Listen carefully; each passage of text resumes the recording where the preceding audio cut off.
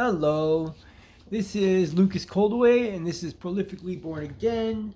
And today we are going to talk about two statements. Well, not statements, whatever you want to call it. Good and bad. Good and evil. Hate and love. Joy and demonic behavior. I got caught up there. You get the picture. Okay, so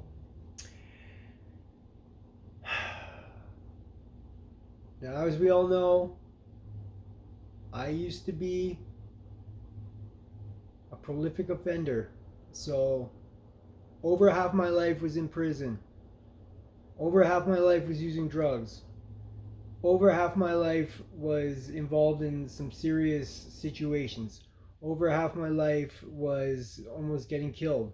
Over half my life was ODing. Over half my life was probably saving about 100 different people.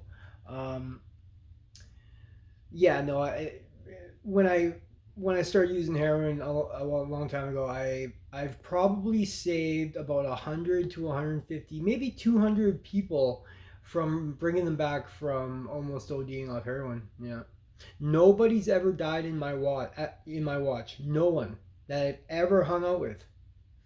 As horrible as it was, no one's ever died on my watch, and I've brought 3 people actually back from dead. So anyway, now that we've gotten the backstory out of the way for the new listener,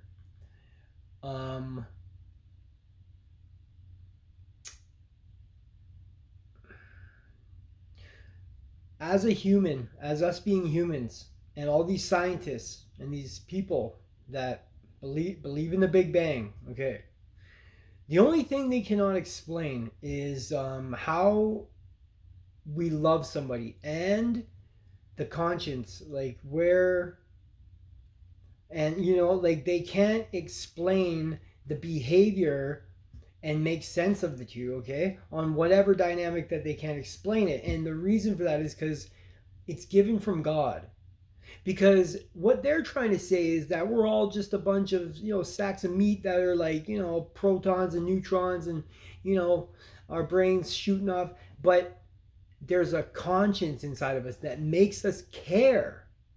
It makes us care about things automatically, unless you're just born with no good bones in your body, right? Now, God is in all of us, absolutely in all of us.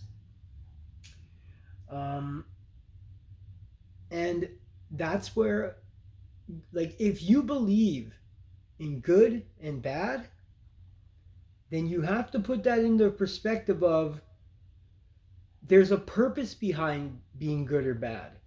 Like, think about this. What happens when you do something really bad? There's a consequence, right? In this world, like you'll go to jail, like I've been many times. And it's the same thing when you die, and because it's, and I can't say for everybody, like a part of me feels like if you were born into a situation where Jesus was never brought to your attention, I believe that when you die, most likely those ideals will be presented to you in a certain way, and you'll choose. That's why I think maybe there's spirits and stuff, because either these people, unfinished business, they're left in limbo. I mean, until they either go to the light or go to the darkness. So then maybe that's those people rolling around, right? But but I don't know. All I know is that I know that Jesus Christ died on the cross for my sins, and because I used to be a criminal and now I'm a born again Christian. I mean, that doesn't just happen. You know what I mean? Like, something affected me for me to get this way, and what it was like, how do I explain it? It's like a warmth that envelops you and makes you think it's like you're brand new looking into a light and there's hope there, right? And it's undeniable, and it changes your perspective, And for a guy like me, for this to happen to you, you know what I'm saying? It was crazy. And see, this is why my story is a little bit different as well, because even after I found God, I did fall back into drugs, right? But I knew the truth at that point. So my time using drugs up until, till I got clean years ago was probably it was the most intense and craziest time that I've ever been through, and was God's way of using, because God can intercept the devil's works and use it for his own good. And he does that quite a bit. And he did that in my life many times. He would, if a situation was happening, he would intervene somehow, and I would learn something from it, and all those pieces fit together. And then when the time was absolutely right, and I prayed and I prayed, and bam, I got out of prison, and I changed my life completely after all that time. And it took about 6 years. But it's not like it took, I had faith. I was still praying. Well, here's the thing. When I was using drugs, I wouldn't pray as much, because a part of me felt that I was really insulting Jesus by praying while I was high. And like on hard drugs, and just, it was, I don't know, but I realized pretty quickly that that was stupid, and that I should have just been praying all the time. But I felt guilty, I felt a lot of guilt over it. And and so yeah, when you're in that position in life, which not a lot of people probably have been in that position in life, like, oh man. And may I mention that the period of time before I got arrested again and went to jail and then got out and changed my life, um, I was like in a trap house with no heat, living with like really shady people that eventually turned out real deadly. Like, I got invaded by a couple of guys, like, for no reason, and like just, because of this hating chick and whatever. But, and it was COVID at this time. Like, this was the whole stint of COVID. My last stretch was in the whole time of COVID. That was my last stretch. So the darkest, most like, I mean, I didn't even know what to think. This is another perspective for all you people that were, living your normal lives on COVID. Well, here's a direct testimony from somebody that was off the rails at that time, and and obviously, but I had God in my heart at that time though, and it was just a matter of time before I was given the opportunity, like. And this is where God's inevitable. Like, I was in prison, and when I got out of prison, the church that I chose to go to, that's how I got my job. That's how my career was, it wasn't even supposed to happen. And now I'm like doing things with like I had a meeting at the Brown Lee building with like a bunch of detectives, like 30 detectives and 5 staff sergeants from the police department. Like, and me and some other people, my friend who's an ex-cop, like, can you imagine, like, me being in that meeting, and I was there, and I made a statement, and I said I wanted to consult with other prolific offenders and try to help them and bring them, and because I know what this program can do if you actually take it seriously, and but I'm also one of those guys that knows that Jesus is the first and only, and but for a lot of guys it's going to be difficult to get them to relate to that, like they might want to change, but they might not want to believe in that. And but the thing is, I can deal with this on all levels, so I'll be able to, like, because they know who I am. So but that's what I got going on there. And I'm going to church tomorrow, and I'm going to meet up with this police officer who's a Christian, and we're going to discuss this whole meeting thing I was talking about, thing. But yeah, like there's good and evil in this world, and those things have meaning. They have power to them. Like, there's power, there's love involved there. It's spiritual. Like, if we die, and like, this is what I want all you mothers and all you parents to really think about this for a minute. Because I don't have any kids, right? But I love kids, and I wish I want to have a kid so bad, and I want to get married, and I'm praying to God that I'll find the right woman. But straight up, think about this, parents. And this isn't advice on your kids. Um, think about how much you love your kid, right? Think about how much you love your kid. That's how much Jesus loves you, right? But forget that statement about Jesus. Just think about how much you love your kid. Now, do you really believe? I really want you to think about this. Do you really believe that when you die, your soul that was the love inside you that you were able to, care for your child with, do you think that dies? I want you to think about that. Think about that. The love that you had for your child throughout your whole life, do you think that when you die that dies? Because if you don't, where does it go? Like, really think about this. Really take the time. And,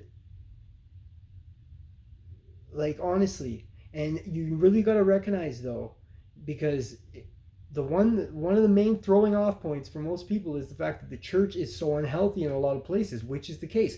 But it isn't about the church. It's about a relationship with Jesus Christ. It's a personal thing. It's got nothing to do with the church. Just, that's what I'm trying to get at you with. I'm not religious. Religion is not a word that I relate to. I relate to believing in something that changed my life. So I know it's real. And, I should be dead, if not in jail for the rest of my life. But God intervened in my life because I had a good heart, and I still do. My soul's intact, my conscience is intact. Even throughout my whole criminal history, I never hurt anybody really physically bad. Most of my criminal history was like a lot of I've got a lot of serious things on my record, but a lot of those situations were me hanging out with guys that were into a lot of serious situations, and things went down that I wasn't actually involved with, but I, most likely did time for because, I ain't a rat, right? So it's just one of those things. And here's the other thing. My boys, who are the main guys in the pen right now, they're the most respected boys in there. These are my brothers and I love them still to this day, but I'm on this side of the fence because God changed my life, and some of those guys, they feel the same way. Some of those guys pray every day too, even when they're in the pen, man, because, and it's just drugs and a lot of other things that just bring you down, and the program and the connections that I have can help you completely change and have the supports to do it, you know what I mean? And hopefully, come to God. Who knows? If my testimony is not powerful enough, I don't know. I really don't know what it is, because I just don't. There's other testimonies you hear that just, it's all powerful. Everything is powerful. That's what it's all about. It's all about collective, mind state with the idea about love and the fact that love goes on. Love doesn't just stay, man. It doesn't just end. What would be the point of love if it didn't evolve when you die? What would be the absolute point? Because I don't. Explain that to me. You caring for your child and then you die and that whole scenario is just nothing. Because if that's the case, then there isn't a reason to care. There really isn't a reason to care. Then if we're all just sacks of meat, then where's the meaning in life that way? Right? God is real. Jesus Christ is real. Specifically, Jesus Christ actually was a person on this world. In this world, he died. There's actual factual proof about there was a man named Jesus that did live on this earth. We have documented proof about this. The question is, did he die and did he raise from the tomb and this and that? And let me tell you, yeah, he did. Take it from me. Maybe not take it from me, but you know what? I'm praying for you guys anyway, and I hope that this channel can bring awareness to just anybody. I don't even care. Whoever of you, okay, I've noticed on my YouTube channel that I've gotten a couple views. So when I see the first view on here, I'm going to wonder who this person was. I don't care about a million views or anything like that. I'm just really curious.